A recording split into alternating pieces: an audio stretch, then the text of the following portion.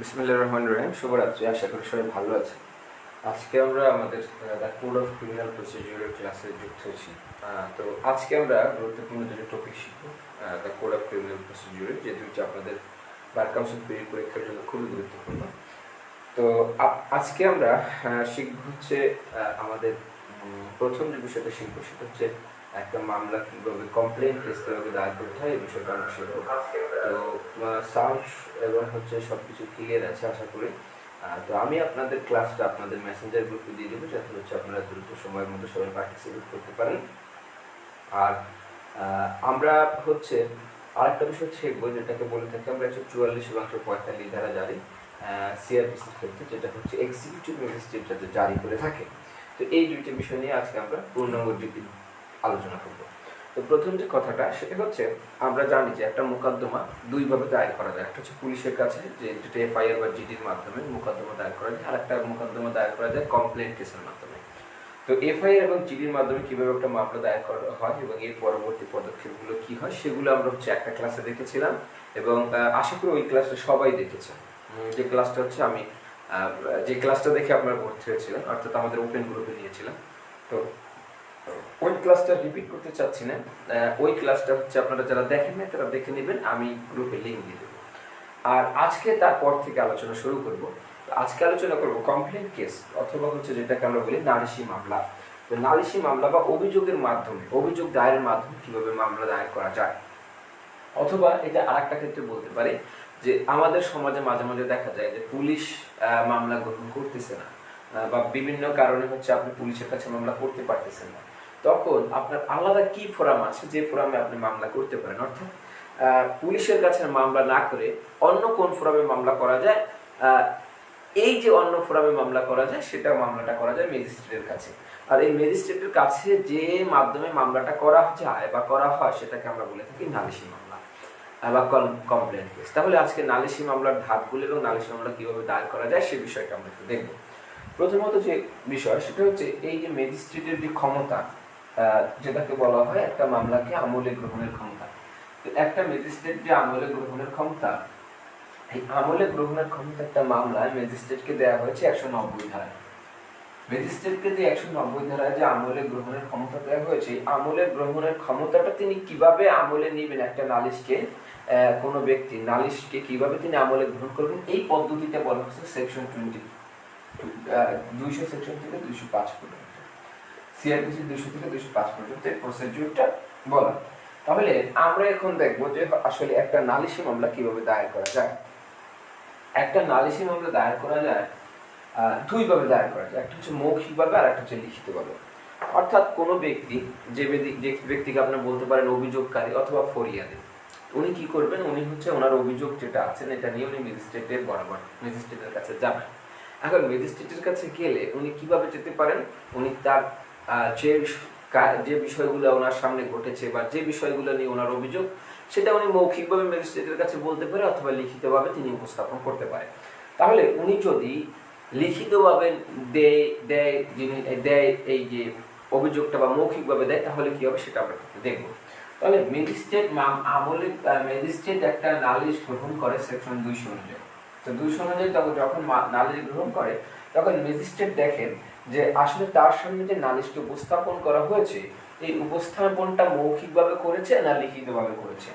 তাহলে দেখা যায় যদি এই নালিশটা মৌখিকভাবে করা হয়, কিভাবে করা হয়, মৌখিকভাবে। এই নালিশটা যদি মৌখিকভাবে করা হয় তাহলে কি হবে, নালিশটা যদি কোনোভাবে মৌখিকভাবে করা হয় তাহলে নালিশটা যদি মৌখিকভাবে করা হয় তাহলে কি হবে, ম্যাজিস্ট্রেটের প্রথম দায়িত্ব হচ্ছে এই যে মৌখিকভাবে যে নালিশটা নিয়ে এসেছে, এই নালিশটা যে নিয়ে এসেছে তাকে আমরা কি বলবো, তাকে বলবো আমরা হচ্ছে অভিযোগকারী,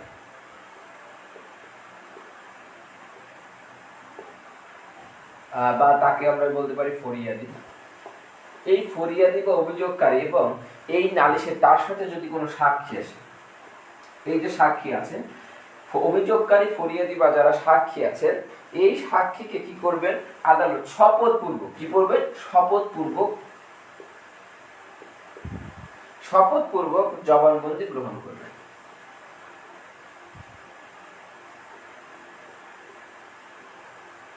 এটা হচ্ছে ম্যাজিস্ট্রেটের জন্য বাধ্যতামূলক। তাহলে যখন নালিশটা মৌখিক নিয়ে আসেন তখন ম্যাজিস্ট্রেটের কাজ হচ্ছে, যখন উনি এই যে অভিযোগটা গ্রহণ করবেন তখন হচ্ছে মৌখিকভাবে যদি বিষয়টা নিয়ে আসে বা তিনি যদি কোনো লিখিত ডকুমেন্ট না আনে, তাহলে অভিযোগকারী এবং ফরিয়াদি এবং সাক্ষীকে শপথপূর্বক জবানবন্দি গ্রহণ করবেন, এবং যে জিনিসটা শপথপূর্বক জবানবন্দি গ্রহণ করবেন সেই জিনিসটা হচ্ছে লিখবেন। এখন এই যে লিখলে তিনি যে কথা অভিযোগটা বললেন, এই অভিযোগটা তিনি সাক্ষ্য মানে জবানবন্দি গ্রহণ করে যে লিখলেন, এই লেখায় আবার দুইজন ব্যক্তি সিগনেচার করতে হবে। অর্থাৎ এখানে সিগনেচার করতে হবে যারা বলেছেন, অভিযোগকারী, ফরিয়াদি অথবা সাক্ষীর সিগনেচার করতে হবে। আমি আবার রিপিট করছি, আমি যা দাগ দিয়ে দিচ্ছি, এই অভিযোগকারী, ফরিয়াদি অথবা সাক্ষীর সিগনেচার করতে হবে, এবং সাথে সাথে যে ম্যাজিস্ট্রেট এইটা লিপিবদ্ধ করছেন তিনিও সিগনেচার করবেন। যে ম্যাজিস্ট্রেট এই জিনিসটা লিপিবদ্ধ করেছেন, এই যে অভিযোগটা লিপিবদ্ধ করেছেন, তিনিও সিগনেচার করবেন। তাহলে দেখেন, একটা বিষয় বলেছি, যখন মৌখিকভাবে অভিযোগটা দেওয়া হয় তখন অভিযোগকারী বা ফরিয়াদ এবং সাক্ষীর শপথপূর্বক জবান গ্রহণ করা বাধ্যতামূলক, এবং এটা লিখিত ফরম্যাটে নেবেন এবং হচ্ছে এদের সিগনেচার নেওয়া বাধ্যতামূলক।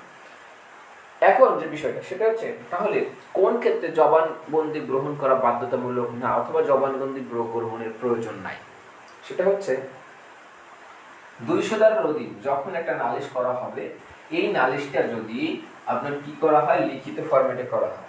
কি করা হয়? লিখিত ফরম্যাটে। তাহলে কখন বাধ্যতামূলক না এই জবানবন্দি গ্রহণ কখন বাধ্যতামূলক না?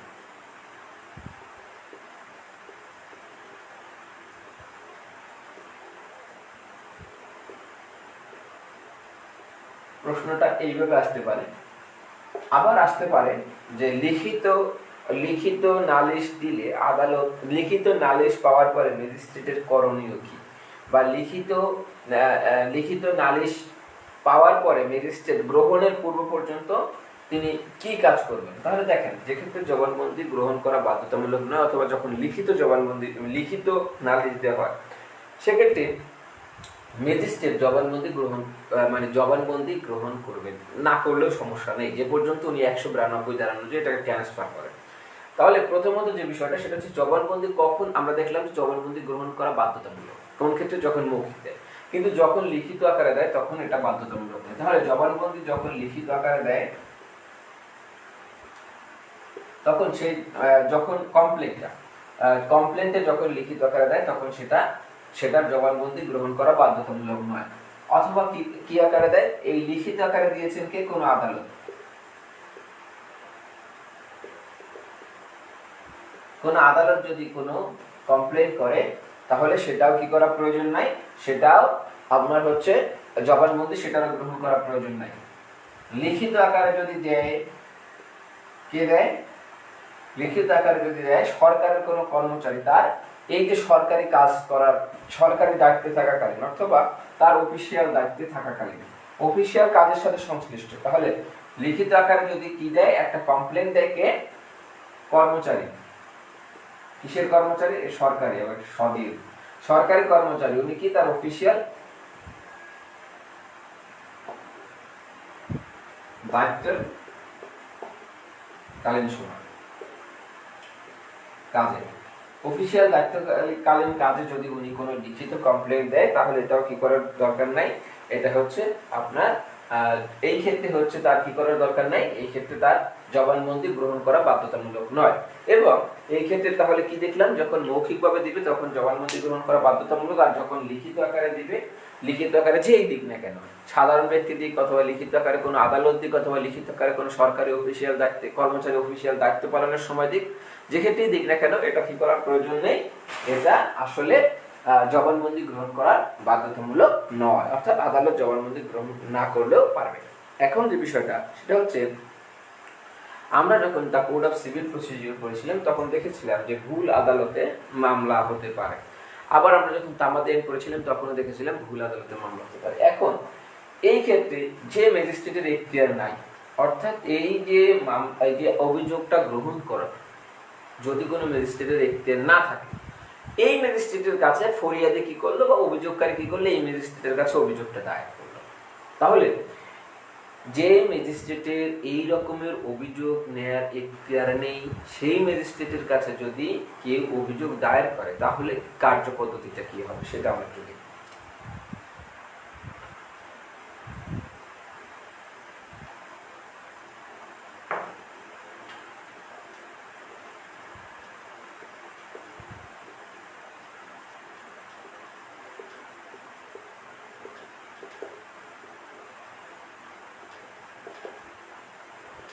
এখন আমি আগেই বলেছি যে আপনি একটা কমপ্লেন্ট অথবা একটা কি করতে পারেন, একটা অভিযোগ করতে পারেন দুই ওয়েতে। একটা হতে পারে মৌখিকভাবে আর একটা লিখিতভাবে। এখন দেখেন যে ম্যাজিস্ট্রেটের আসলে এই রকমের কমপ্লেন্ট কেস গ্রহণ করার অধিকার নেই সেই ম্যাজিস্ট্রেটের কাছে আপনি কি করলেন, একটা কমপ্লেন্ট নিয়ে গেলেন। এখন এই ম্যাজিস্ট্রেটের দায়িত্ব কি এই সম্পর্কে বলা আছে সেকশন 201। এখানে বলা আছে দুইটা কাজ। একটা হচ্ছে যদি আপনি ফরম্যাট লিখিত আকারে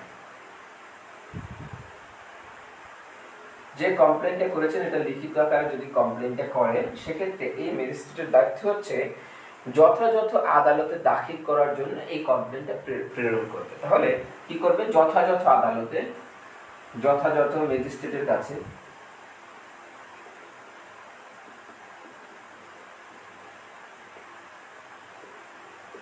দাখিলের জন্য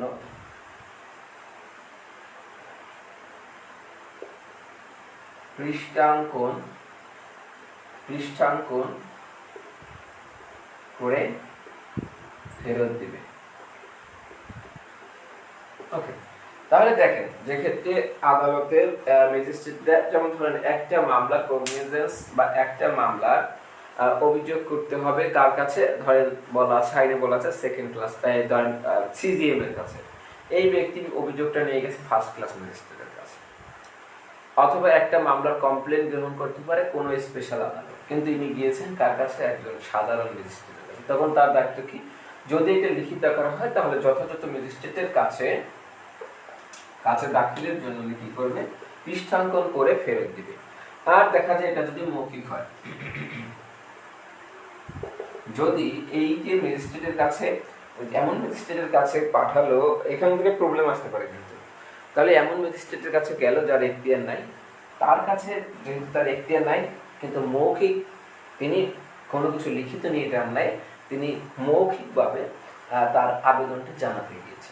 এখন মৌখিকভাবে তিনি যদি কমপ্লেন করতে চায় তাহলে তো এইখানে পৃষ্ঠাঙ্কনের কোনো সুযোগ নাই, মানে পৃষ্ঠে লিখে ফেরত পাঠানোর কোনো সুযোগ নাই। তাহলে কি করবে, তাহলে করবে যেটা, সেটা হচ্ছে যে ব্যক্তি মৌখিকভাবে কমপ্লেন দায়ের করার জন্য গেলেন তাকে উপযুক্ত ম্যাজিস্ট্রেটের কাছে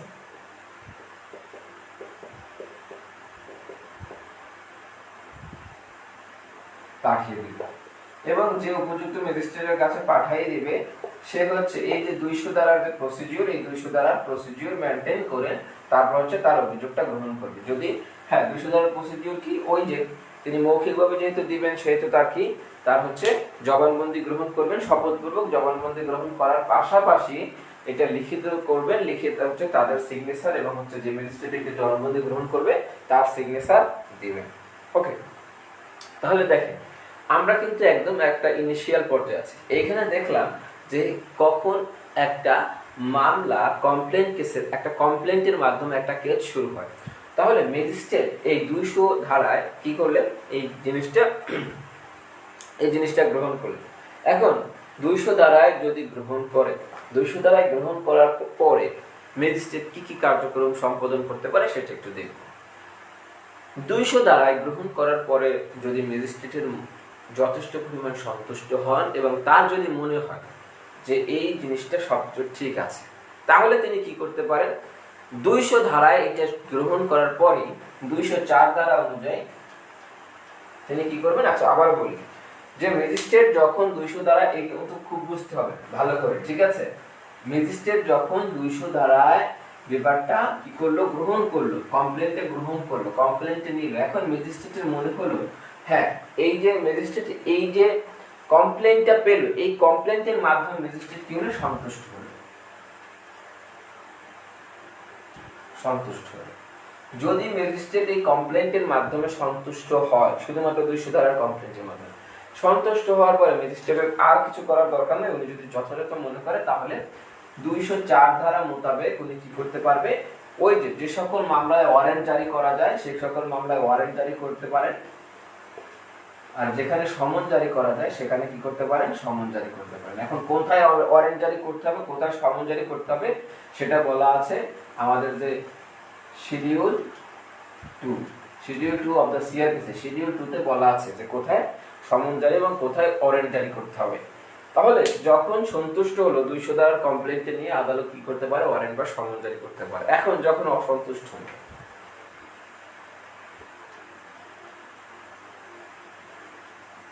অর্থাৎ এই শুধুমাত্র যে 200 ধারার কমপ্লেন্ট এইটা আদালতকে যথেষ্ট পরিমাণ সন্তুষ্ট করতে পারে না, তাহলে অসন্তুষ্ট হলো। তাহলে অসন্তুষ্ট হলে আদালত কি করবে বা ম্যাজিস্ট্রেট কি করবে? যদি ম্যাজিস্ট্রেট অসন্তুষ্ট হয় সেক্ষেত্রে তিনি প্রসেস ইস্যু বন্ধ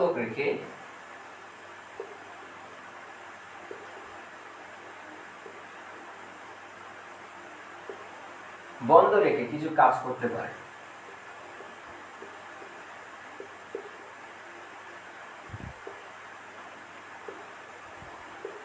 তাহলে ম্যাজিস্ট্রেটের কাছে যখন অসন্তুষ্ট হয় 200 দ্বারা, তিনি নিলেন কমপ্লেন্ট, ঠিক আছে, তারপরে তার কি আছে যে অসন্তুষ্টতা আছে, হ্যাঁ, অথবা 200 দ্বারা যেটা আছে এটা কি এটার ক্ষেত্রে তারপর যথেষ্ট পরিমাণ অসন্তুষ্টতা আছে। তাহলে যখন অসন্তুষ্টতা থেকে যায় তখন ম্যাজিস্ট্রেট কি করবে, প্রসেস ইস্যু বন্ধ। প্রসেস ইস্যু মানে ওয়ারেন্ট এবং সমন বন্ধ রাখবেন। 204 ধারা অনুযায়ী ওয়ারেন্ট এবং সমন জারি করবেন না রেখে আদালত 202 ধারা অনুযায়ী কিছু নির্দেশনা দিতে পারবে। এই নির্দেশনা কি কি দিতে পারে? প্রথমত হচ্ছে নিজে অনুসন্ধান করতে পারে, এইটার সত্যতা সম্পর্কে নিজে কি করতে পারে, অনুসন্ধান। 2 নম্বরে যে কাজটা করতে পারে, তার অধীনস্থ কোন ম্যাজিস্ট্রেট দিয়ে, এমডি ম্যাজিস্ট্রেট দিয়ে বা ম্যাজিস্ট্রেটকে অনুসন্ধানের নির্দেশ দিতে পারে।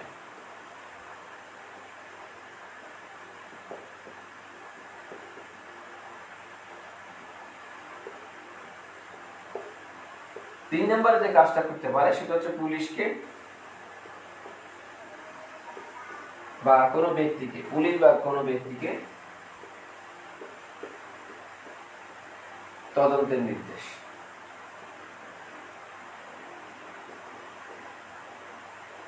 তাহলে কি পেলাম দেখেন, সন্তুষ্ট হয়ে গেলে 204 দ্বারা ওয়ারেন্ট বা সমন জারি করবে, অসন্তুষ্ট কি করবে, প্রসেস ইস্যু বন্ধ রাখবে, ওয়ারেন্ট বা সমন বন্ধ রেখে তিনি কি করতে পারেন, এই তিনটার যে কোনো একটা নির্দেশনা দিলেন। এখন এই তিনটার অনুসন্ধান অথবা তদন্তের পর যে তদন্ত যে রিপোর্টটা দেবে, এই রিপোর্টটা 202 দ্বারা যে তদন্ত রিপোর্ট, এই তদন্ত রিপোর্টটা দেবে 202 দ্বারা। এই তদন্ত রিপোর্টটা যে পেল, এই তদন্ত রিপোর্টটা পাওয়ার পরে আদালতের মনে হলো যে আসলে মামলা চলার মতো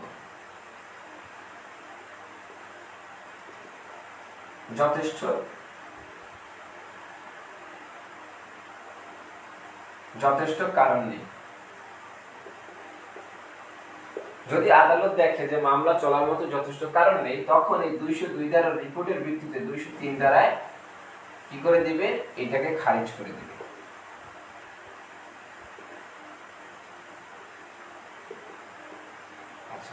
তাহলে 202 দ্বারা যে রিপোর্টটা দিল, যে রিপোর্টটা পেল, প্রসেস ইস্যু বন্ধ করে যে রিপোর্টটা আদালত চাইলো, এই রিপোর্টের ভিত্তিতে আদালত কি করতে পারে বা ম্যাজিস্ট্রেট কি করতে পারে, মামলাটা খারিজ করতে দিতে পারে। তাহলে এই খারিজের বিরুদ্ধে প্রতিকার কি সেটা আমরা একটু সামনে দেখব। আর একটা কাজ করতে পারে, এটা করতে পারে খারিজ 203 দ্বারায়, কিসের ভিত্তিতে, 202 এর রিপোর্টের ভিত্তিতে। আর একটা কাজ করতে পারে আদালত, সেটা হচ্ছে আদালত যদি এই যে তদন্ত রিপোর্টটা পেল, এই যে রিপোর্টটা পেল, এই রিপোর্টটা পেয়ে আদালতের মনে হলো মামলা চলার মতো যথেষ্ট কারণ আছে বা যথেষ্ট উপাদান আছে মামলা চলার মতো, যথেষ্ট কারণ যদি থাকে, তাহলে আদালত কি করবে, এই যে 204 ধারা অনুযায়ী সমন বা ওয়ারেন্ট জারি করবে। এখন কথা হলো, এই ক্ষেত্রে আদালতের একটা এখতিয়ার আছে, কি, যে ক্ষেত্রে ওয়ারেন্ট জারি করা যায় সেই ক্ষেত্রে আদালত চাইলে সমন জারি করতে পারে। অর্থাৎ আদালতের মনে হলো যেখানে ওয়ারেন্ট জারি না করলে বরঞ্চ, ওয়ারেন্ট মানে হচ্ছে তাকে গ্রেফতার পরোয়ানা, গ্রেফতার করে নিয়ে আসে, আর সমন হচ্ছে তাকে আদালতে হাজির হওয়ার জন্য নির্দিষ্ট টাইম ফ্রেম বলে, ওই দিনে হাজির হয় বা তাকে এটাকে অবগত করে বিষয়টা। তাহলে আদালতের যদি মনে হয় যে না এখানে ওয়ারেন্ট জারি করার বিধান আছে কিন্তু ওয়ারেন্ট জারি না করলেও চলে, সেক্ষেত্রে আদালত কি করতে পারে, সমন, শুধুমাত্র ওয়ারেন্ট বাদ দিয়ে সমন জারি করতে পারে। কিন্তু যেখানে সমন জারি করার বিধান আছে আদালত চাইলে তার এখতিয়ার প্রয়োগ করে তিনি এটাকে ওয়ারেন্টে রূপান্তর করতে পারবেন না। তাহলে এই যে 200 থেকে 204 ধারা যে বিধানটা, এটা মোটামুটি আমরা দেখলাম। এখন এখানে আরেকটা বিষয় দেখব, সেটা হচ্ছে আচ্ছা খারিজের সময় সেটা আলোচনা করি। এর আগে আরেকটা, যখন ম্যাজিস্ট্রেটের কাছে একটা কমপ্লেন্ট নিয়ে যায় 200 ধারায়, ম্যাজিস্ট্রেট এই কমপ্লেন্টটা গ্রহণ না করে, ম্যাজিস্ট্রেটের একটা এখতিয়ার আছে, ম্যাজিস্ট্রেটের কি এখতিয়ার আছে, 156(3) ধারা মোতাবেক 156(3) ধারা মোতাবেক এই কমপ্লেন্টটাকে পুলিশের কাছে প্রেরণ করা, অর্থাৎ ওই ব্যক্তিকে পুলিশের কাছে প্রেরণ করতে বলতে পারে এবং পুলিশকে এই মামলাটা নেয়ার জন্য আদেশ দিতে পারে, নির্দেশ দিতে পারে। তাহলে যদি এই 200 ধারায় যে কমপ্লেন্ট একজন এখান থেকে প্রমাণ আসতে পারে, 200 ধারায় যে একজন ব্যক্তিকে কমপ্লেন্ট দিয়ে গেল, কমপ্লেন্ট দিয়ে যাওয়ার পরে তাকে যে পুলিশের কাছে প্রেরণ করলো এবং পুলিশকে নির্দেশ দিলে কমপ্লেন্টটা গ্রহণ করার জন্য, পুলিশ এটা কি এফআইআর আকারে এই কমপ্লেন্টে গ্রহণ করে থাকে। তাহলে যখন 200 ধারায় গিয়েছিল, পুলিশ আবার গ্রহণ করলো আদালতের নির্দেশ অনুযায়ী, তখন এটাকে আপনি কি কেস বলবেন, এটাকে কি কমপ্লেন্ট কেস বলবেন না এটাকে এফআইআর কেস বলবেন? এখানে আর তখন আর এটা কমপ্লেন্ট কেস থাকে না, এটা এফআইআর কেস হয়। কমপ্লেন্ট কেসের আরেকটা বৈশিষ্ট্য সম্পর্কে একটু জানবেন, সেটা হচ্ছে কমপ্লেন্ট কেসের যাবতীয় খরচ যে ব্যক্তি অভিযোগকারী তাকে ব্যয় করতে হয়। আবার কমপ্লেন্ট কেসের আরো কিছু সমস্যা আছে, 247, 248 এই সব জায়গায় পাবেন কমপ্লেন্ট কেসে, যে মামলা প্রত্যাহার করলে খালাস পায় যে অভিযুক্ত ব্যক্তি। আবার কি করা হয়, ওই ব্যক্তি নির্দিষ্ট দিনে হাজির না হলে সে খালাস পায় অভিযুক্ত ব্যক্তি। তাহলে কমপ্লেন্ট কেসের ক্ষেত্রে যে প্রবলেমটা, সেটা হচ্ছে এখানে খরচটা ব্যয় করতে হয় কার, যে কমপ্লেন্টটা করে, কিন্তু এফআইআর ক্ষেত্রে কিন্তু তার খরচ ব্যয় করতে হয় না। আবার কমপ্লেন্ট কেসের ক্ষেত্রে আর একটা প্রবলেম হচ্ছে, কমপ্লেন্ট যিনি করেন তার হচ্ছে সাক্ষী হাজিরার দায়িত্ব থাকে তার হাজির করার, কিন্তু এফআইআর কেসে সাক্ষী হাজির করার দায়িত্ব থাকে পুলিশের। তো এই বিষয়গুলো আমরা মোটামুটি অবগত হলাম। এখন যে বিষয়টা সেটা হচ্ছে, তাহলে এই 156(3) 200 সাথে যে কানেকশন, সেটা একটু মনে রাখবেন। এখন যে বিষয়টা আমরা দেখব সেটা হচ্ছে, এই যে 205 ধারা, এখান থেকে অনেকবার প্রশ্ন এসেছে, বিশেষ করে লাস্ট জুডিশিয়ারিতে গেলে 14তম প্রশ্ন এসেছে। এখানে যে বিষয়টা দেখা, সেখানে এখানে একটা প্রবলেমের জায়গা আছে। প্রবলেমের জায়গা হচ্ছে, যে ক্ষেত্রে পুলিশের তদন্ত, যে ক্ষেত্রে কি পুলিশি তদন্ত চলে এবং হচ্ছে কি পুলিশি তদন্ত চলে এবং হচ্ছে একটা মামলা ধরে, একটা মামলা, এই মামলাটা, এটা কেস দেখি, একটা কেস, এই কেসটা পুলিশের কাছে করা হয়েছে, আবার অভিযোগের মাধ্যমে ম্যাজিস্ট্রেটের কাছেও করা হয়েছে। এখন দেখা গেল ম্যাজিস্ট্রেটের কাছে যখন করা হয়েছে, ম্যাজিস্ট্রেট অবগত হলেন যে এই মামলাটার তদন্ত বা এই মামলাটা পুলিশের কাছে করা হয়েছে এবং এই তদন্ত কাজ পুলিশ চালিয়ে যাচ্ছে। তখন ম্যাজিস্ট্রেটের যে কার্যপ্রণালী, অর্থাৎ ম্যাজিস্ট্রেটের যে অনুসন্ধান, সেটা তিনি স্থগিত রাখবেন, রেখে উনি পুলিশের কাছে রিপোর্ট যাবেন। পুলিশ যখন রিপোর্ট দিবে ম্যাজিস্ট্রেটের কাছে, ম্যাজিস্ট্রেট চাইলে রিপোর্টটা কি করতে পারে, গ্রহণ করতে পারে অথবা ডিনাই করতে পারে। এখন কথা হচ্ছে, তাহলে এই যে মামলাটা, এই মামলাটা তাহলে কি হবে, এই মামলাটা মূলত ম্যাজিস্ট্রেট এমনভাবে ডিলিট করবেন যাতে হচ্ছে মামলাটা পুলিশের কাছে দায়ের করা হয়েছে। এরপর ম্যাজিস্ট্রেটের কাছে যখন রিপোর্টটা দিবেন, তখন ম্যাজিস্ট্রেট ডিসিশন নেবেন তিনি কি করবেন। চাইলে ম্যাজিস্ট্রেট ওনার কাছে যে কমপ্লেন কেস করা হয়েছে, এইটা উনি চাইলে এটা না শুনে তিনি বরঞ্চ বলতে পারে পুলিশের কেসটা চলমান থাকবে, অথবা তিনি চাইলে পুলিশের রিপোর্টের পর নিজে চাইলে অনুসন্ধান করতে পারে। কিন্তু প্রথমত হচ্ছে কি, তিনি যতক্ষণ পর্যন্ত পুলিশের রিপোর্ট না পাবেন ততক্ষণ পর্যন্ত নিজের কার্যক্রম চালাবেন না। ফলে এরকম প্রবলেম কিন্তু হয়। এই সম্পর্কে বলা আছে 205-এর ভিতে, অর্থাৎ একটা মামলা যদি পুলিশ এবং ম্যাজিস্ট্রেট উভয়ের কাছে করা হয়, সেক্ষেত্রে আসলে তাদের তদন্ত কিভাবে করবে অথবা এর পরবর্তী প্রসিডিউরটা কি হবে, সেটা 205-G, এরকম প্রবলেম আসলে 205-G রেফার করে উত্তর করে দিবেন। আরেকটা বিষয়, সেটা হচ্ছে আমরা একটা বিষয় দেখেছিলাম, যেখানে বলেছিলাম যে খারিজের প্রতিকারটা আমরা একটু দেখব। তাহলে খারিজ,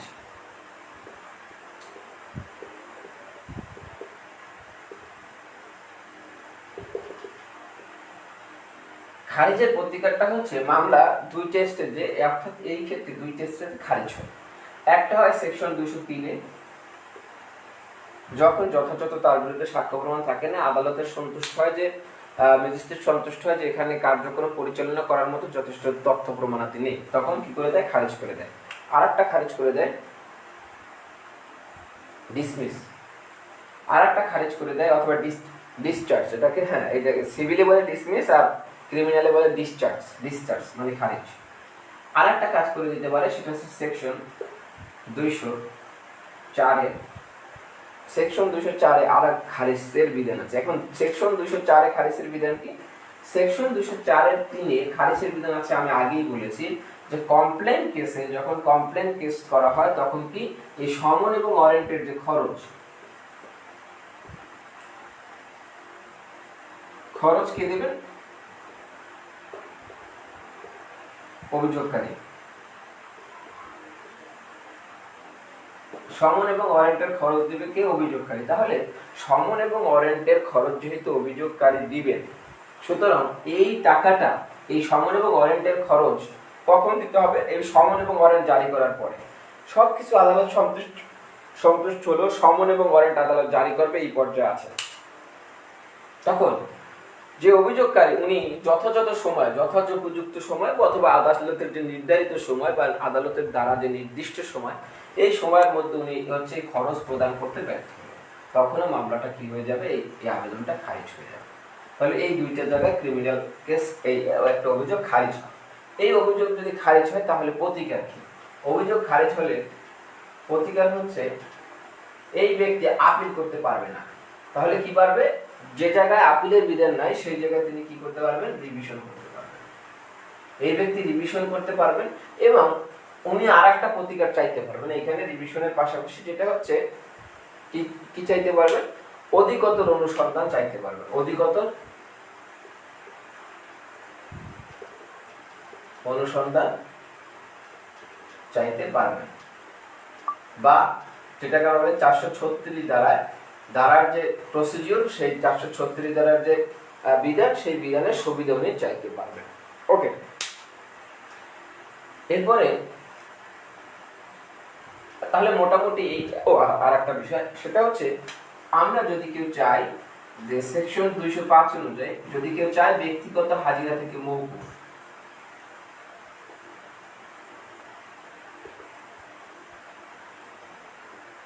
অনেক ক্রিমিনাল মামলায় দেখবেন, সাধারণত ক্রিমিনাল মামলায় ব্যক্তিগত হাজিরা থেকে বিশেষ ক্ষেত্র ছাড়া মওকুফ প্রদান করা হয় না।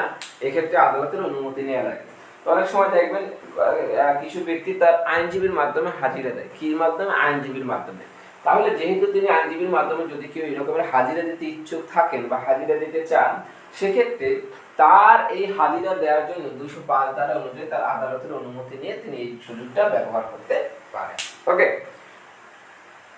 এরপরে হচ্ছে এই মামলাটা এরপরে কি করে? এই মামলাটা কগনিজেন্স আদালতের, এতক্ষণ যে আদালত নিয়ে কথা বলছি 200 থেকে 205, এই আদালত বলবো কগনিজেন্স আদালত, অর্থাৎ এই আদালত শুধু মামলা গ্রহণ করার আদালত। তারপর হচ্ছে এইটা মামলা গ্রহণ করার পরে, এই যে সমন এবং ওয়ারেন্ট দেওয়ার পরে, এরপর হচ্ছে মামলাটা সুন্দরভাবে ফ্রেম করে, অর্থাৎ শুনানির জন্য, মামলাটা শুনানির জন্য হচ্ছে কি করার রেডি করে, তারপর হচ্ছে যে আদালত বিচার করবেন এই বিচারিক আদালতে পাঠাবেন। এখন কোন আদালত বিচার করবে এটা কিভাবে বুঝবেন? ওই যে শিডিউল 2 অফ দ্য সিআরপিসি, সেখানে দেখবেন হচ্ছে 8ম যে কলামটা আছে, ওইখানে কোন আদালত কোন মামলা বিচার করবে সেইটা বলা আছে। ওইখানে আপনি যে আদালত যে অপরাধের বিচার করার যোগ্য সেই আদালতের কাছে প্রেরণ করে দিলে মামলা আসলে চালু মানে শুরু হয়ে যাবে। ঠিক আছে? তাহলে এই আগামী ক্লাসে আমরা কগনিজেন্স নিয়ে আলোচনা করব। তো এই হচ্ছে মোটামুটি আজকে যে একটা নালিশি মামলা কিভাবে করে সেটা দেখালাম। এখন আর একটা বিষয় বলি, সেটা হচ্ছে এফআইআর কেসটার ক্লাসটা আমি আজকে রাত্রি আপনাদের গ্রুপে আপলোড মানে দিয়ে দেবো, এবং হচ্ছে আপনারা ম্যাক্সিমাম করেছেন, আমার মনে হয় 2-1 জন ছাড়া সবাই করেছেন। ওই ক্লাসটা যারা করছেন তারাও আর একবার দেখে নেবেন, একটু মেমোরাইজ হলো, আর যারা করেন নাই তারাও আবার একটু দেখে নেবেন। ওকে, আচ্ছা, এখন আমরা যে বিষয়টা দেখব সেটা হচ্ছে আজকে আরেকটা গুরুত্বপূর্ণ পয়েন্ট নিয়ে আলোচনা করবো, দুইটা বিষয় নিয়ে, সেটাকে বলি 144 এবং 145 ধারার বিধান। তাহলে 144 এবং 145 ধারার বিধানটা কি? 144 এবং 145 দ্বারা বিধান বা 144 দ্বারা জারি বলি আমরা বা 145 দ্বারা জারি বলি, এটা হচ্ছে ম্যাজিস্ট্রেটের এক্সক্লুসিভ পাওয়ার। এখন এটা কোন ম্যাজিস্ট্রেটের এক্সক্লুসিভ পাওয়ার? আমরা সাধারণত ম্যাজিস্ট্রেট বলতে জুডিশিয়াল ম্যাজিস্ট্রেট বুঝি, কিন্তু আপনারা জেনে থাকবেন যে 2007-এর পূর্বে আসলে জুডিশিয়াল এবং এক্সিকিউটিভ আলাদা কোনো ম্যাজিস্ট্রেসি ছিল না। তো যার কারণে হচ্ছে 2009-এ আওয়ামী লীগ সরকার ক্ষমতা এসে এটাকে ওই যে দ্য কোড অফ ক্রিমিনাল প্রসিডিউরের কিছু পরিবর্তন আনে, সেখানে কিছু ক্ষমতা আলাদা আলাদা করে দিয়ে দেয়। তো এখন এইখানে যে 144 ধারা এবং 145 ধারার বিধানটা এক্সিকিউটিভ ম্যাজিস্ট্রেট পরিচালনা করেন বা এক্সিকিউটিভ ম্যাজিস্ট্রেট হচ্ছে এটা ডিলিং করেন, যদি এটা অনেক আগে থেকেই করতো। তো 144 ধারা এবং 145 ধারা কখন একজন এক্সিকিউটিভ ম্যাজিস্ট্রেট এক্সারসাইজ করতে পারে, এই ক্ষেত্রগুলো আমরা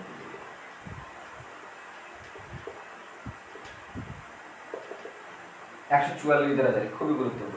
144 ধারা জারি হচ্ছে একজন ম্যাজিস্ট্রেট তার যেটাকে বলে ইনহেরেন্ট পাওয়ার অথবা স্বেচ্ছাধীন ক্ষমতা অথবা যে কিছু বলি আমরা, তিনি ইচ্ছে করলে 144 ধারা জারি করতে পারেন না। কারণ 144 ধারা তাকে জারি করতে হবে লিখিত আকারে, এবং কেন এই 144 ধারা জারি করলো সেটার ব্যাখ্যা দিতে হবে, এবং কাদের উদ্দেশ্যে 144 ধারা জারি হবে সেটা বলতে হবে। তার মানে হচ্ছে যেহেতু এইখানে এতগুলো প্রসিডিউর তার মেনটেন করতে হয়, সুতরাং তার হচ্ছে কি তিনি চাইলে এটা পারেন না। তার আগে সন্তুষ্ট হতে হবে যে 144 ধারা জারির মতো এইখানে কোনো কারণ উদ্ভব হয়েছে কিনা। তাহলে কি কি কারণে 144 ধারা জারি হতে পারে? আমরা যদি 144 ধারা দেখি তাহলে তিনটা কারণ আমরা মোটামুটি পাই, যে তিনটা কারণে 144 ধারা জারি হতে পারে। প্রথমত যে কারণে জারি হতে পারে সেটা হচ্ছে আইনসঙ্গতভাবে নিযুক্ত কোনো ব্যক্তির প্রতি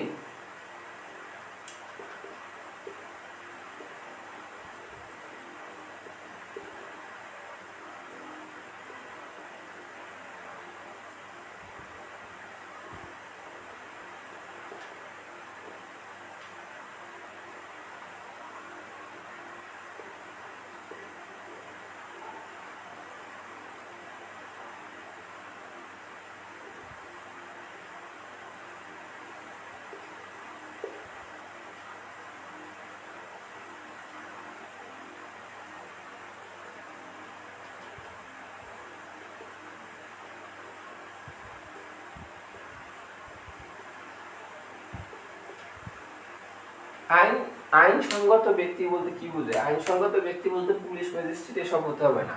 আইনসঙ্গত ব্যক্তি আপনার যদি যেখানে অধিকার আছে, আপনার যে কাজগুলো করার অধিকার আছে, এই কাজগুলো করার জন্য আপনি নিজে আইনসঙ্গত ব্যক্তি। আপনার রাস্তা হাঁটা চলার অধিকার আছে, আপনার হচ্ছে কি করার অধিকার আছে, আপনার ফ্রিডম অফ স্পিচের অধিকার আছে, আপনার আইনসঙ্গত যে সকল অধিকার আছে একজন ব্যক্তি, তাকে আইনসঙ্গত ব্যক্তি বলা হয়। তাহলে এই আইনসঙ্গত ব্যক্তি যার যে অধিকারটা আছে, এই নিযুক্ত ব্যক্তির প্রতি প্রতিবন্ধকতা বা বিরক্তি বা আঘাত বা এরূপ সম্ভাবনা যদি থাকে, এইটা প্রতিরোধ করার জন্য হচ্ছে 144 ধারা জারি করা যায়। দ্বিতীয় যে কারণে জারি করা যায় 144 ধারা, সেটা হচ্ছে মানুষের জীবন স্বাস্থ্য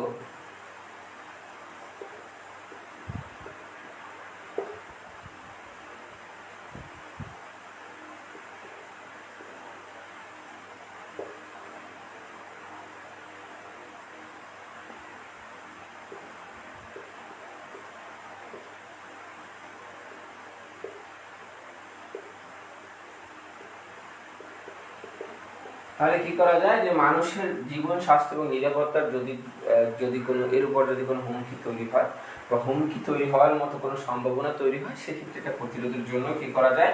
144 ধারা জারি করা যায়। মোস্ট কমন যে খাত সেক্ষেত্রে জারি করা হয় সেটা হচ্ছে দাঙ্গা হাঙ্গামা।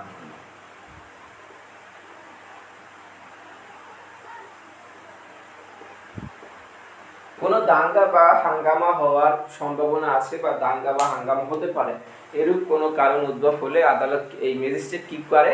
এই দাঙ্গা হাঙ্গামা প্রতিরোধ করার জন্য 144 ধারা জারি করে। তাহলে এই যে তিনটা ক্ষেত্র বললাম, এই তিনটা ক্ষেত্রে কি করা যায়? 144 ধারা জারি করা যায়।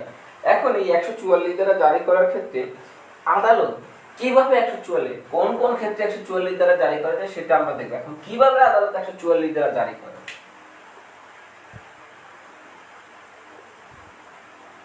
144 ধারা জারি করতে হলে আদালতের আদালত না, কারণ এক্সিকিউটিভ ম্যাজিস্ট্রেট। আচ্ছা, 144 ধারা জারি করতে হলে ম্যাজিস্ট্রেটের যে কাজটা করতে হবে সেটা হচ্ছে একটা লিখিত আবৃত্তি। তিনি মৌখিক কোনো নির্দেশনা দিলে হবে না।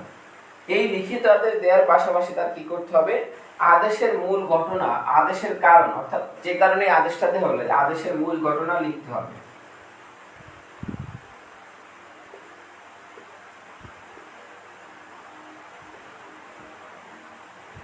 কার কার বরাবর এটা হচ্ছে জারি হচ্ছে, এই সংশ্লিষ্ট ব্যক্তির কোন ব্যক্তিদের বরাবর উপর জারি হবে সেটা উল্লেখ করতে হবে।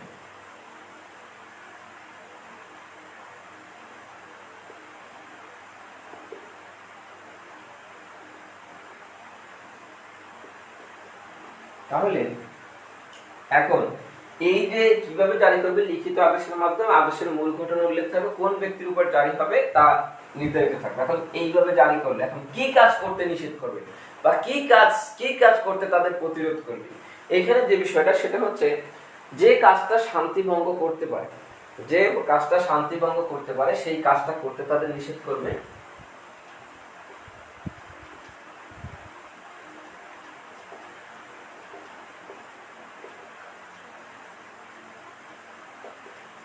তা করতে কি করবে, আদালত নিষেধ করবে।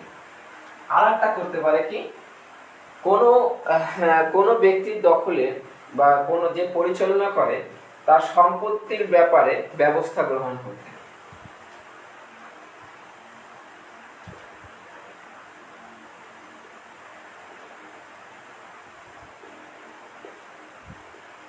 এই সম্পত্তিটা হবে কি, এই সম্পত্তিটা হবে অস্থাবর সম্পত্তি। যদি এটি স্থাবর সম্পত্তি হয় তাহলে এটা চলে যাবে 145 ধারায়।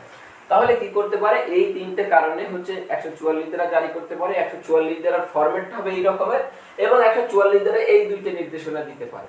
যে কাজ শান্তি ভঙ্গ করতে পারে তা করা থেকে বিরত বা তার নিষেধ করতে পারে, এবং কি করতে পারে, সম্পত্তির ব্যাপারে কোনো ব্যবস্থা গ্রহণের নির্দেশ প্রদান করতে পারে। তাহলে দেখেন এখানে কিন্তু একটা নিষেধাজ্ঞা বা নিষেধের কথা বলা আছে।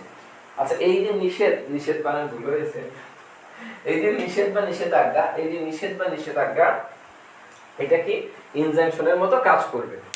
আরেকটা বিষয় যদি আমি বলি সেটা হচ্ছে, আপনারা এখানে কয়েকটা প্রবলেম আসতে পারে, কয়েকটা বিষয় আসতে পারে। সেটা হচ্ছে যেমন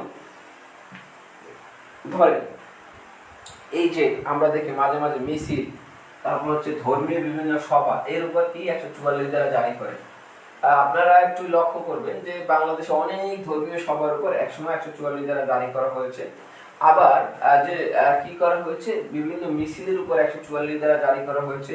বাংলাদেশের স্বাধীনতার পূর্বে ভাষা আন্দোলনের সময় 144 ধারা জারি করা হয়েছে, স্বাধীনতার আগে 144 ধারা জারি করা হয়েছে 70-70-এ। হ্যাঁ, তাহলে এই 144 ধারা কিন্তু ব্যাপকভাবে প্রয়োগ হয়ে থাকে এই যে মিছিল এবং হচ্ছে এই যে এই যে ধর্মীয় সভার বিরুদ্ধে। এখন এইখানে কি কারণটা দেখায়, কারণ একজন ব্যক্তির মিছিল করার অধিকার আছে, একজন ব্যক্তির ধর্মীয় সভা পরিচালনা করার অধিকার আছে। তখন দেখা যায় এখানে যদি কোনো শান্তি ভঙ্গের আশঙ্কা থাকে অথবা দাঙ্গা হাঙ্গামার আশঙ্কা থাকে, এই রকমের কারণ দেখে আসলে মূলত 144 ধারা জারি করে। এখন একটা বিষয় সেটা হচ্ছে, এইটা হচ্ছে ছোট যদি প্রবলেম আসে। আর একটা বিষয় হচ্ছে সংবাদপত্র। সংবাদপত্রের বিরুদ্ধে, অর্থাৎ কোন সংবাদপত্র প্রকাশনা করতে পারবে না অথবা সংবাদপত্র বিলি করতে পারবে না, এই কারণে 144 ধারা জারি হতে পারে। কোন ক্ষেত্রে এটা পারে, দেখেন সংবাদপত্রের হচ্ছে ফ্রিডম অফ প্রেস, এটা হচ্ছে একটা সাংবিধানিক অধিকার। তাহলে একটা সাংবিধানিক অধিকারের বিরুদ্ধে কি 144 ধারা জারি করা যায়, এটা প্রশ্ন আসতে পারে। হ্যাঁ, একটা সাংবিধানিক অধিকারের বিরুদ্ধে 144 ধারা জারি করা যায়। কোন ক্ষেত্রে যায়, এইটা দেখেন, এই যে সংবাদপত্রের যে স্বাধীনতা, এইটা যে কথা, এটা হচ্ছে কি, এখানে বলা আছে যে বিষয়টা উল্লেখ, সেটা হচ্ছে এখানে রেস্ট্রিকশন আরোপ করা যায়। কিসের জন্য রেস্ট্রিকশন আরোপ, যথাযথ রেস্ট্রিকশন আরোপ করা যায়। এখন যথাযথ রেস্ট্রিকশন আরোপ করা যায় বলতে কি, এখানে স্বাস্থ্য, আর তারপর হচ্ছে আপনার কি বলে শান্তি, তারপর হচ্ছে আপনার যেটাকে বলা হয় যে স্বাস্থ্য, শান্তি, তারপর হচ্ছে নিরাপত্তার স্বার্থে এই সংবাদপত্রের যে স্বাধীনতা, এটার উপর হস্তক্ষেপ করে 144 ধারা জারি করা যায়। তাহলে এটার অবশ্যই উদ্দেশ্য হতে হবে অবজেক্টিভ। মানে উদ্দেশ্য হতে হবে কি, উদ্দেশ্যটা হতে হবে এখানে এই সংবাদপত্র দেখা গেলে এমন কিছু নিউজ পরিবেশন করতেছে যেখানে কি হতে পারে, দাঙ্গা হাঙ্গামা তৈরি হতে পারে, মানুষের জীবন বিপন্ন হতে পারে, মানুষের স্বাস্থ্যের ক্ষতি হতে পারে, অথবা জনগণের নিরাপত্তার জন্য হুমকি স্বরূপ হতে পারে। এইরকম যদি কোনো কন্টেন্ট এই সংবাদপত্রে থাকে তাহলে এই ক্ষেত্রে কি করা যায়, সংবাদপত্র নিষিদ্ধ করে দেওয়া যায় বা নির্দিষ্ট টাইমের জন্য হচ্ছে এই সংবাদপত্র কি করা যায়, প্রচারণা বন্ধ রাখা যায়। 144 ধারার মজার যে ব্যাপারটা, 144 ধারার যে বিধানটা, এই বিধানটা মূলত এই ক্ষমতাটা প্রয়োগ করে কে, এই ক্ষমতাটা প্রয়োগ করে ডিস্ট্রিক্ট ম্যাজিস্ট্রেট। ডিস্ট্রিক্ট ম্যাজিস্ট্রেট বলতে ডিসি বোঝায়, অর্থাৎ হচ্ছে ডিস্ট্রিক্ট কমিশনার বা আমরা যে ডিএম বলি, আচ্ছা ডিএম বলি, ঠিক আছে, তাহলে বাংলা ডিস্ট্রিক্ট ম্যাজিস্ট্রেট অথবা সরকার কর্তৃক ক্ষমতাপ্রাপ্ত অন্য যে কোনো ম্যাজিস্ট্রেট, এক্সিকিউটিভ ম্যাজিস্ট্রেট। এখন এই এক্সিকিউটিভ ম্যাজিস্ট্রেট যে ক্ষমতাটা প্রয়োগ করলো, এই ক্ষমতাটা, এই যে নিষেধটা, এই নিষেধটা 2 মাস যাবত বলবৎ থাকবে। এই নিষেধটা কত মাস যাবত বলবৎ থাকবে? এটা বলবৎ থাকবে 2 মাস যাবত। তাহলে এই নিষেধাজ্ঞাটা সর্বোচ্চ কয় মাস ম্যাজিস্ট্রেটের আদেশের কারণে যে নিষেধটা করা হলো, এই নিষেধটা বলবৎ থাকবে সর্বোচ্চ 2 মাস যাবত।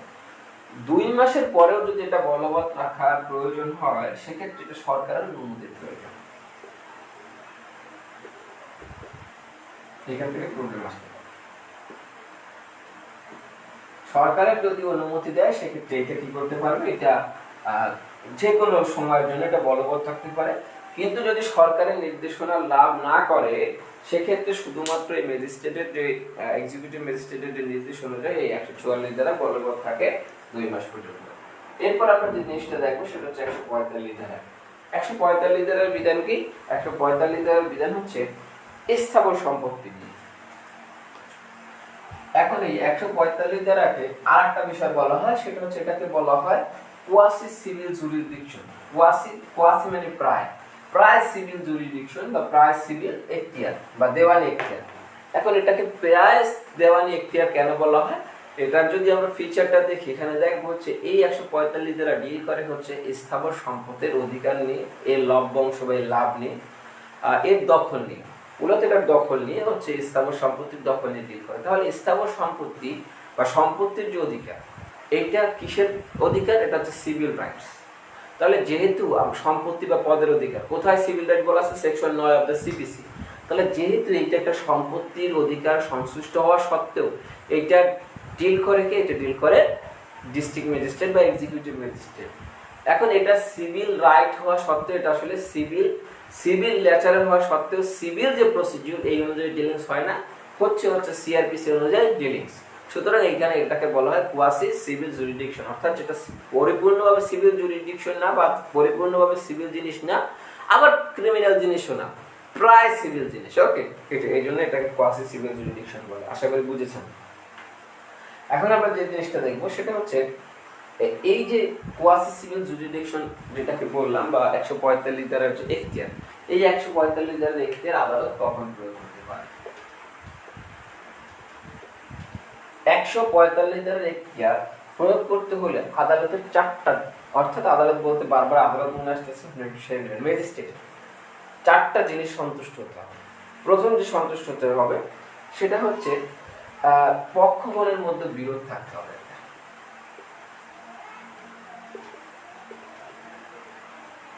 পক্ষগণের মধ্যে কি থাকবে? একটা বিরোধ থাকবে। এখন এই বিরোধটা হবে কি নিয়ে? এই বিরোধটা হতে হবে অবশ্যই জমি, ঘর, বাড়ি, বাজার ঘাট,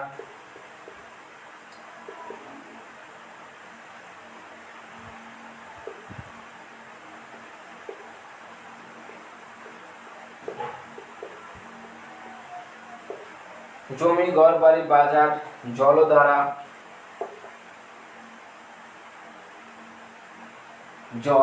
জলাশয় লেখেন বা জল লেখেন, জমি, ঘর, বাড়ি, বাজার, জলাশয়, ভালো হবে, জলাশয় বা কোনো স্থাবর সম্পত্তি। তাহলে এখানে একটা বিরোধ থাকবে এবং এই বিরোধটা থাকবে এই ধরনের স্থাবর সম্পত্তি নিয়ে। এখন এই বিরোধটা যে থাকবে, এই বিরোধের তৃতীয় যে শর্তটা পূরণ করতে হবে সেটা হচ্ছে পুলিশের রিপোর্ট বা অন্য কোনো তথ্য মাধ্যমে ম্যাজিস্ট্রেট এই খবরটা পাবে। পুলিশ রিপোর্ট বা ধরেন কোনো পক্ষের আবেদনে বা কেউ গিয়ে বললো ম্যাজিস্ট্রেটকে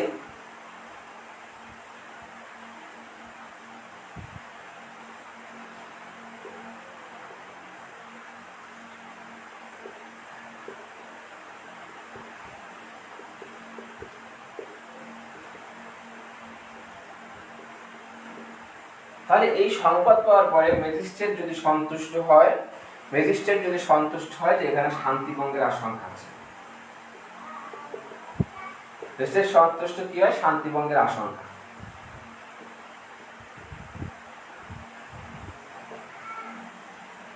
শান্তিভঙ্গের আশঙ্কা কেন তৈরি হলো, এই যে অস্থাবর সম্পত্তি নিয়ে। তাহলে শান্তিভঙ্গের আশঙ্কাটা যদি স্থাবর সম্পত্তি নিয়ে তৈরি হয়, তাহলে ম্যাজিস্ট্রেট কি করতে পারে, ম্যাজিস্ট্রেট 145 দ্বারা জারি করতে পারে। তাহলে এটা কোন ম্যাজিস্ট্রেট, এটাও পারবে হচ্ছে যে কোনো যেটাকে বলি আমরা ডিস্ট্রিক্ট ম্যাজিস্ট্রেট, অথবা কে পারবে কোনো এক্সিকিউটিভ ম্যাজিস্ট্রেট, সরকারের ক্ষমতা প্রাপ্ত। এখন এই যে 4টা গ্রাউন্ড যখন, এখন দেখেন এখানে বলা আছে পুলিশ রিপোর্ট অথবা অন্য কোনো ভাবে, তাহলে ম্যাজিস্ট্রেট কিন্তু তার নিজের জ্ঞান থেকে সন্তুষ্ট হয়ে তিনি কি করতে পারবেন না, যেটাকে আমরা বলি ছুয়ো মোটো কিন্তু 145 দ্বারা জারি করতে পারেন না। তাহলে তিনি কি করবেন, পুলিশ রিপোর্ট বা অন্য কোনো ভাবে সংবাদ প্রাপ্ত হয়ে তারপর হচ্ছে তিনি এই 145 দ্বারা জারি করতে পারেন, বা স্থাবর সম্পত্তির ক্ষেত্রে 145 দ্বারা বিধান প্রতিফলন ঘটাতে পারেন। এখন 145 দ্বারা কিভাবে কার্যকর করা যায়, 145 দ্বারা কিভাবে কার্যকর হবে। 145 দ্বারা কার্যকর হওয়ার ক্ষেত্রে কতগুলো প্রসিডিউর মেনটেন করা যায়। একটা হচ্ছে, প্রথমত ম্যাজিস্ট্রেট যখন এখানে সন্তুষ্ট হয়, তখন ম্যাজিস্ট্রেট যারা পক্ষ আছে তাদেরকে হাজিরের নির্দেশ দিতে পারে। এই যে বিরোধ থাকবে কিসের মধ্যে, পক্ষদের মধ্যে, এই পক্ষদের হাজিরের নির্দেশ।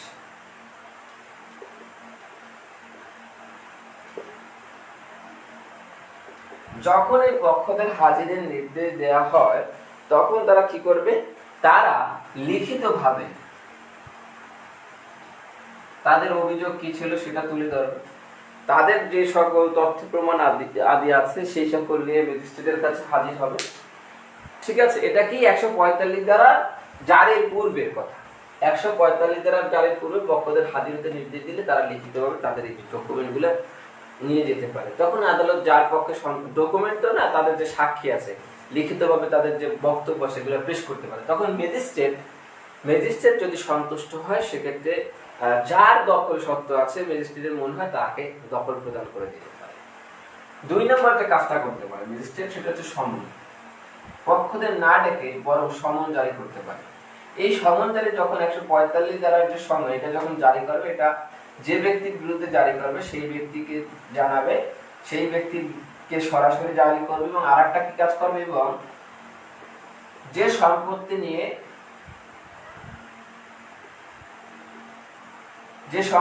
ডিসপিউট বা বিরোধ, সেই সম্পত্তিতে লটকিয়ে দিবে। কি, এই যে 145 দ্বারা জারি হওয়ার মাধ্যমে কি করবে, 145 দ্বারা জারি করার মাধ্যমে যে সমনটা জারি করবে, সমনটা জারি করে কি করবে, উভয় পক্ষকে নির্দিষ্ট দিনে কি করবে, হাজির হতে বলবে বা তিনি শুনানি করবে। আর একটা কাজ উনি করতে পারেন, সেটা হচ্ছে দখল বিষয়ে অনুসন্ধান।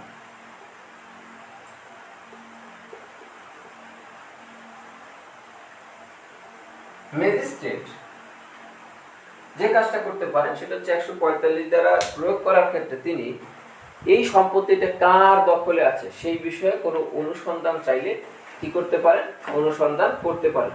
অনুসন্ধান করে সেখানে কি দেখবেন, যে যার দখলে আছে বা যার দখলে ছিল 2 মাস পূর্বে, তাকে হচ্ছে দখলদার মর্মে ঘোষণা করবেন এবং তাকে সম্পত্তিটা হস্তান্তর করতে বলবেন বা হস্তান্তর করবেন। তাহলে এই বিষয়গুলো ম্যাজিস্ট্রেট 145 দ্বারা আন্ডারে করতে পারে। এখন দেখেন এইখানে টোটাল যদি একটা বিষয় দেখি, সেক্ষেত্রে বারবার একটা কথা আসছে, দখল। তাহলে এই যে দখল যে শব্দটা বারবার এসেছে, কিন্তু আমরা আরেকটা শব্দ জানি যেটাকে বলি শব্দ দ্যাট মিন্স আপনার হচ্ছে মালিকানা। তাহলে এখানে কিন্তু মালিকানার কোনো কথা কিন্তু আসে নাই, কি আসছে, দখলের কথা আসছে। তাহলে মালিকানা যদি আসে, সেক্ষেত্রে এটা এই ম্যাজিস্ট্রেটের ক্ষমতা বা এখতিয়ারের মধ্যে নেই। এই মালিকানার সত্ত্ব আসলে এই মামলা করতে হবে সিভিল মামলা এসআর অ্যাক্টের 8 এবং 8 ধারা অনুযায়ী। আর যদি দখলের শর্ত আসে, তাহলে এই মামলাটা করতে হবে কোথায়, এই মামলাটা করতে হবে এই যে মামলাটা করা যাবে 9 ধারায়। আবার এই মামলাটা করা যাবে 145-এর এইখানে কি করা যাবে, একটা আবেদন করা যাবে। আবেদন করলে ম্যাজিস্ট্রেট এই দখলের বিরুদ্ধে প্রতিকার দিতে পারে এবং এর বিরুদ্ধে আবার 9 ধারায় আবেদন করা যায়, অথবা এইটা বাতিল ঘোষণা চেয়ে কি করা যাবে, হচ্ছে আপনার ঘোষণামূলক মোকদ্দমা করা যাবে, যেটা আমরা কেসার অ্যাক্টের সময় দেখেছি। এখন যে বিষয়টা বলবো সেটা হচ্ছে এইখানে তাহলে এই যে যদি প্রশ্ন আসে এইভাবে, দুইটা প্রশ্ন আসতে পারে। এইখানে একটা প্রশ্ন আসতে পারে যে শুধু দখলের বিষয়বস্তু 145-এর, শুধু দখলটাই 145-এর বিষয়বস্তু সিআরপিসি, অথবা আসতে পারে এক্সিকিউটিভ ম্যাজিস্ট্রেট শুধু দখল সত্ত্ব নিয়েই প্রতিকার প্রদান করতে পারে 145-এ। এই রকমের প্রশ্ন আসতে পারে। তাহলে এই রকমের যদি প্রশ্ন আসে যেখানে অথবা আসতে পারে 145-এর দখল মুখ্য কিন্তু সত্ত্ব মুখ্য না, অথবা আসতে পারে দখল মুখ্য কিন্তু মালিকানা মুখ্য না, যেভাবে আসতে পারে আসুন। এই প্রশ্নটা আপনি অ্যান্সার করতে পারেন কিভাবে, এটা আপনি দুইটা ভাবে অ্যান্সার করতে পারেন। একটা হচ্ছে এখানে কেস রেফারেন্স দিতে পারেন, আরেকটা কাজ করতে পারেন এখানে, সেটা হচ্ছে এখানে যে এই যে 145 ধারার যে বিধান, সেকশনের যে আইনের বিধান, এটা উল্লেখ করতে পারেন। তাহলে যদি প্রশ্ন আসে সত্ত্ব নয় দখল মুখ্য 145 ধারার ক্ষেত্রে, এইটা যদি আসে তাহলে প্রথম যে কাজটা করতে পারেন সেটা হচ্ছে যে প্রথম অ্যান্সার করবেন 145 ধারা একে যে বিষয়গুলো বলা আছে যে কোন কোন ক্ষেত্রে 145 ধারা জারি করা যাবে, এখানে যে গ্রাউন্ডগুলো বলা আছে, প্রত্যেকটা গ্রাউন্ড হচ্ছে স্থাবর সম্পত্তির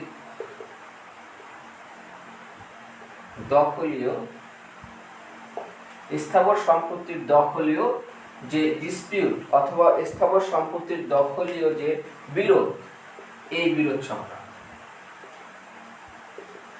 তাহলে 145-এর 1 অনুযায়ী যেহেতু এটা কিসের বিরোধ, দখলীয় সম্পত্তির বিরোধ, সুতরাং এখানে অবশ্যই আদালতের কাছে বা এই ম্যাজিস্ট্রেটের কাছে দখল বিষয়টা মুখ্য হবে, কারণ এখানে যেহেতু 145-এ আবেদন করা যায় দখলীয় বিরোধ নিয়ে, সুতরাং এখানে অন্য কিছু টেস্ট করার এই ম্যাজিস্ট্রেটের সুযোগ নেই। দ্বিতীয় নাম্বার যেটা, সেটা হচ্ছে 145-এর 4 যদি আপনি লক্ষ্য করেন, 145 ধারার 4, এখানে দেখবেন যে যখন সাক্ষ্য প্রমাণ দিবে, অর্থাৎ ম্যাজিস্ট্রেট যখন এই 145-এর ডিসপিউটকে রিসলভ করতে যাবে বা যখন এটাকে সমাধান করতে যাবেন, তখন উভয় পক্ষকে ডাকবেন, যাদের মধ্যে বিরোধটা, উভয় পক্ষ কি করবেন, তাদের যে সকল সাক্ষ্য প্রমাণ আছে সেই সাক্ষ্য প্রমাণ নিয়ে হাজির হবে। তাহলে এই 145-এর 4 অনুযায়ী যে সকল সাক্ষ্য প্রমাণ দিবেন সেটা বলা আছে কি সংক্রান্ত সাক্ষ্য প্রমাণ হবে, সেটা বলা আছে দখল সংক্রান্ত সাক্ষ্য প্রমাণ। তাহলে এখানে কিন্তু মালিকানা সংক্রান্ত কোনো সাক্ষ্য প্রমাণ দেওয়ার সুযোগ নাই, যেহেতু এখানে মালিকানা প্রথমত বিরোধটাই দখলের, তারপর হচ্ছে সাক্ষ্য প্রমাণেরও দখলের হতে হবে বা দখলের, যেহেতু মালিকানা সংক্রান্ত কোনো সাক্ষ্য প্রমাণ দেওয়ার সুযোগ নাই, সুতরাং আদালত এখানে শর্ত নিয়ে কোনো, এই ম্যাজিস্ট্রেট এখানে শর্ত নিয়ে কোনো কথা বলার সুযোগ নেই বা এটা শ্রবণ করতে পারেন। আরেকটা বিষয় দেখেন, এই 145-এর 4 নেক্সট পয়েন্টটা, সেটা হচ্ছে 2 মাস পূর্বে যে জমি দখলে ছিল বা যে সম্পত্তির দখলে ছিল, তিনি দখলে আছেন বলে, মানে বর্তমানেও তিনি দখলে আছেন বলে ধরে নিবে। তাহলে দেখেন 2 মাস পূর্বে যে দখলে ছিল, অর্থাৎ 2 মাস পূর্বে 2 মাসের মধ্যে যাকে দখলযুক্ত করা হয়েছে সে এখনো দখলে আছে, এইটাই ধরে নেওয়া হবে। তাহলে এখানে দেখেন, এখানেও প্রশ্ন হচ্ছে দখল সংক্রান্ত, এখানে কি নেই, কোনো হচ্ছে দখলে আছেন, আবার এখানেও কি দখল সংক্রান্ত, তিনি দখলে আছেন বলে আদালত কি করবে, ধরে নেবে বা অনুমান করবে। তাহলে এখানেও বিষয়টা হচ্ছে দখল সংক্রান্ত, তাহলে এখানে সত্যের কোনো বিষয় আসলে নাই।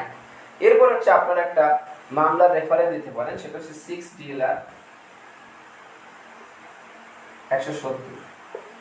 এই মামলাটায় বলা আছে আপনার হচ্ছে 145 ধারার যে বিধান, এই 145 ধারার বিধান হচ্ছে দখল সংক্রান্ত। 145 ধারার বিধান দখল সংক্রান্ত এবং আরো বলা আছে ইনকোয়ারির ক্ষেত্রে অথবা সাক্ষ্য প্রমাণ গ্রহণের ক্ষেত্রে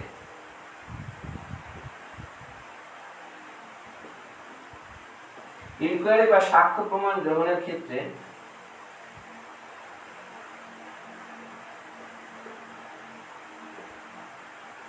ইনকোয়ারি বা সাক্ষ্য প্রমাণ গ্রহণের ক্ষেত্রে কি গ্রহণের ক্ষেত্রে মূল বিবেচ্য বিষয় হচ্ছে দখল।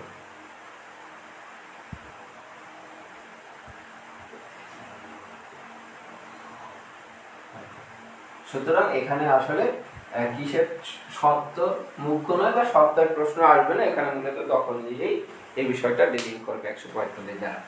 দেখেন এখানে কোনো প্রশ্ন আছে কিনা, যদি প্রশ্ন থাকে তাহলে করতে পারেন, আর যদি প্রশ্ন না থাকে তাহলে সামনে আমরা যাব।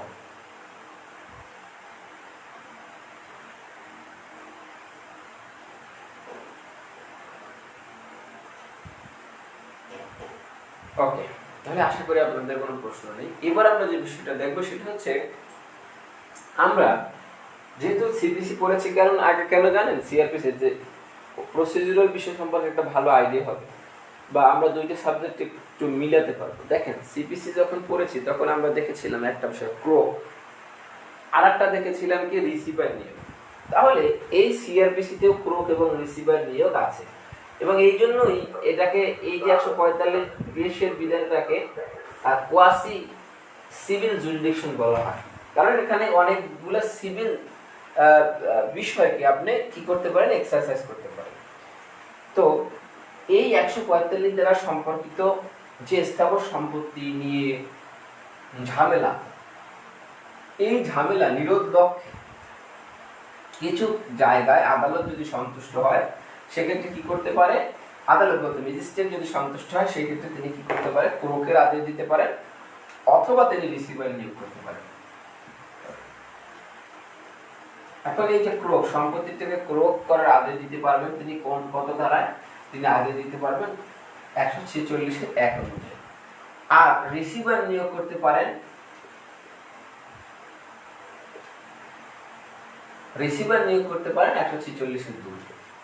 এখন এই ক্রোক এবং রিসিভার নিয়োগ কখন তিনি করতে পারবেন, তিনি কি চাইলেই সম্পত্তিটার যে সম্পত্তিটা নিয়ে কারণ উদ্যোগ হয়েছে, মানে ঝামেলা উদ্যোগ হয়েছে, ডিসপিউট উদ্ভব হয়েছে, সেই সম্পত্তিটা চাইলেই তিনি ক্রোক করে দিতে পারবেন, চাইলেই রিসিভার নিয়োগ দিতে পারবেন না। এই ক্ষমতাটা উনি এক্সারসাইজ করতে হবে 146 ধারার যে বিধিবিধান আছে, 146 ধারার যে নিয়ন্ত্রণ আছে, নিয়ন্ত্রণ রেখা আছে এই অনুযায়ী। তাহলে 146 দ্বারায় ক্রোক করতে পারে 146(1)-এ, রিসিভার নিয়োগ দিতে পারে 146(2)-এ। এখন এটা কখন করবে, এটা তিনটা শর্ত পূরণ করতে হবে এই ক্রোক বা রিসিভার নিয়োগের ক্ষেত্রে। প্রথমত হচ্ছে এই সম্পত্তি নিয়ে বিরোধ থাকতে হবে, এটা হচ্ছে প্রথম শর্ত। দ্বিতীয় শর্ত হচ্ছে শান্তি ভঙ্গের আশঙ্কা থাকতে হবে সম্পত্তি, অর্থাৎ দুই পক্ষের মারামারি হতে পারে, দাঙ্গা মাঙ্গাম হতে পারে, যে কিছু হতে পারে। তৃতীয় নাম্বার যে বিষয়টা থাকতে হবে সেটা হচ্ছে এই দুইটা থেকে 3 নাম্বারটা হচ্ছে মেন। 3 নাম্বারটা যে পর্যন্ত না হবে সে পর্যন্ত কোনো বার রিসিভার হবে না। এই সম্পত্তিতে কোনো পক্ষই দখলে নেই, যে দুই পক্ষের মধ্যে এই ঝামেলা সেই দুই পক্ষের কোনো পক্ষ দখলে নেই, অথবা কোন পক্ষ যে দখলে আছে তা নির্ণয় করা যাচ্ছে না।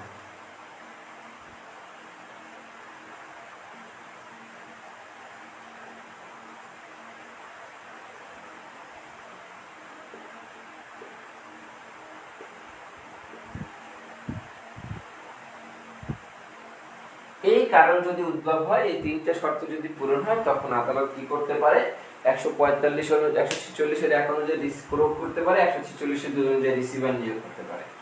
এখন কোন সিভিল মামলায় যদি আবার নতুন করে রিসিভার নিয়োগ করে তাহলে কোন রিসিভার চলবে, দেখেন এই বিষয়টা নিয়ে আবার একটা সিভিল মামলা হলো। এখন সিভিল মামলায় একজন রিসিভার নিয়োগ দিল, আবার এখানে একজন রিসিভার আছে, এখন কোন রিসিভার টিকবে, তখন হচ্ছে এই যে রিসিভার, এই যে 146(2) অনুযায়ী যে রিসিভার, উনি সিভিল মামলা অনুযায়ী যে রিসিভার নিয়োগ হবে এই রিসিভারের কাছে সম্পত্তিটা হস্তান্তর করবে, তখন ইনি ক্লোজ যাবে, ইনি বাদ যাবে। ঠিক আছে, দেখেন আশা করি এটা বুঝছেন কিনা, যে দুইটা মামলায় রিসিভার নিয়োগ হলো, 146-এ সিভিল মামলা হলো, এই বিষয়টা নিয়ে একজন রিসিভার নিয়োগ হলো, তখন কি হবে, তখন হবে যে এই যে 146-এর 2 এ যে রিসিভারটা নিয়োগ হবে ইনি হচ্ছে বাদ যাবেন, ইনি জাস্ট হচ্ছে এই সম্পত্তিটা সিভিল আদালতের যে রিসিভার থাকবেন তার কাছে হস্তান্তর করবেন। ওকে, তাহলে কেন এইটাকে quasi judicial quasi civil jurisdiction বললাম? এর কারণ হচ্ছে এখানে স্থাবর সম্পত্তি নিয়ে কেস, দ্বিতীয় নম্বর হচ্ছে স্থাবর সম্পত্তির দখল নিয়ে বিষয়, এবং এটা দখল নির্ণয় করে কি একটা ম্যাজিস্ট্রেট, যেটা দেওয়ানি আদালত না। আবার কি এখানে কোরক করতে পারে, রিসিভার নিয়োগ করতে পারে, এবং এটা অবশ্যই কোরক এবং রিসিভার কি সম্পর্কিত, এটা হচ্ছে স্থাবর সম্পর্কিত বিষয় নিয়ে। সুতরাং যেহেতু স্থাবর সম্পত্তি বা সম্পত্তির অধিকার কিসের সাথে সম্পর্কিত, আপনার হচ্ছে সিভিল মামলার ক্ষেত্রে সম্পর্কিত, কিন্তু এই নেচারটা আসলে সিভিল মামলার নেচার না, এই কারণে এখানে বলা কোয়াসি সিভিল জুরিডিকশন। ওকে, 145টি। এবার আমরা যে লাস্ট যে টপিকটা নিয়ে আলোচনা করব সেটা হচ্ছে 144 এবং 145 এর যে পার্থক্য সেটা নিয়ে আলোচনা করব।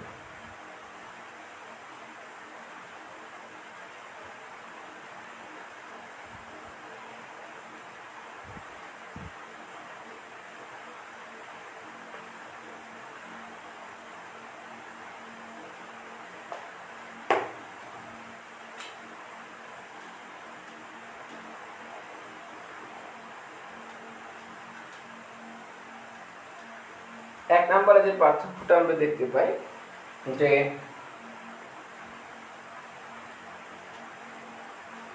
একশো 144 দ্বারা এটা অস্থাবর সম্পত্তি রিলেটেড হতে পারে, এটা হবে স্থাবর সম্পত্তি।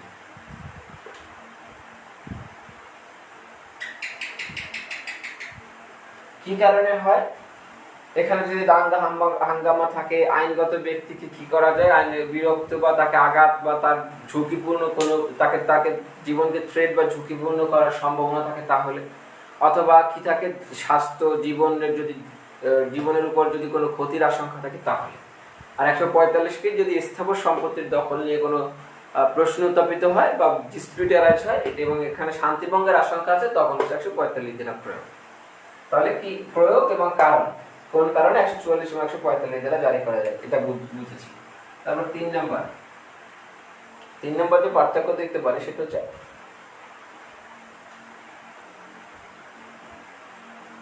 144 দ্বারা যে আদেশ সেটা নিষেধাজ্ঞা আকারে দেওয়া হয়, বা নিষেধ করা থেকে অথবা হচ্ছে আপনার কি কোনো সম্পত্তিকে কোনোভাবে ব্যবহার করা যাবে না, এই রকমের কোনো নিষেধ করে দেওয়া হয়। আর 145 দ্বারার যে আদেশ এখানে আসলে নিষেধাজ্ঞা না, মূলত এখানে হচ্ছে স্থাবর সম্পত্তির দখল নির্ণয় করা হয়, দখলদার। 4 নম্বর যে বেসিক পার্থক্য আমরা দেখতে পাই সেটা হচ্ছে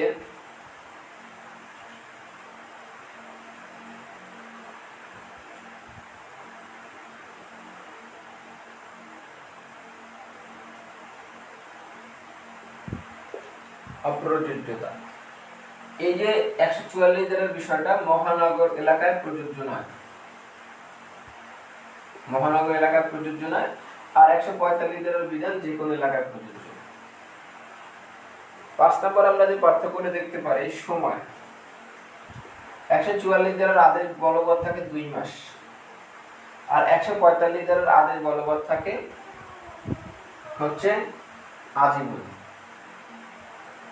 অর্থাৎ 145 দ্বারা যখন নির্ণয় করা হয়, নির্ণয় করে যে রায়টা দেয়, অর্থাৎ কে দখলদার, এটা যখন নির্ণয় করা হয় তখন এটা যদি আসলে টিকে থাকে এই রায়টা, তাহলে কিন্তু এটা যতদিন ইচ্ছা ততদিন হচ্ছে বলবৎ থাকে।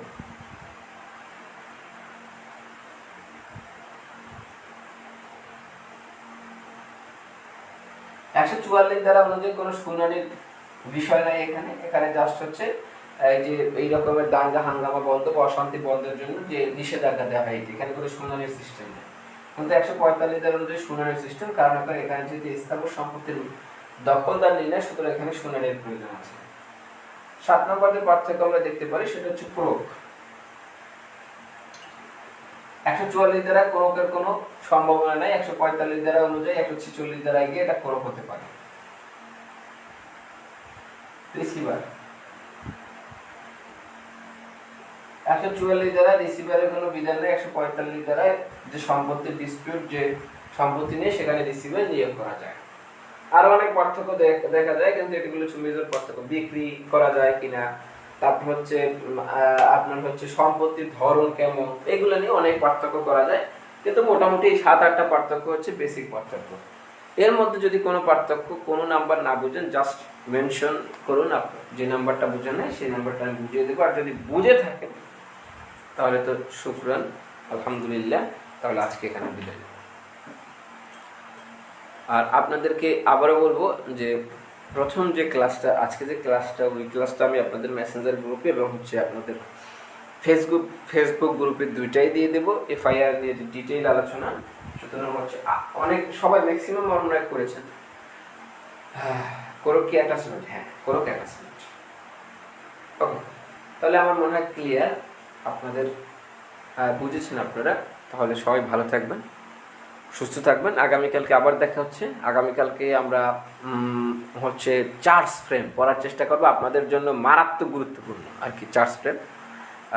এবং হচ্ছে এই যে টপিকগুলো বললাম এগুলো খুবই গুরুত্বপূর্ণ, তো এটা দেখার চেষ্টা করবো। আপনারা পারলে একটু চার্জ ফ্রেমটা নিয়ে একটু পড়াশোনা করে আসবেন। সবাই ভালো থাকবেন, সুস্থ থাকবেন। আল্লাহ হাফেজ, শুভরাত্রি।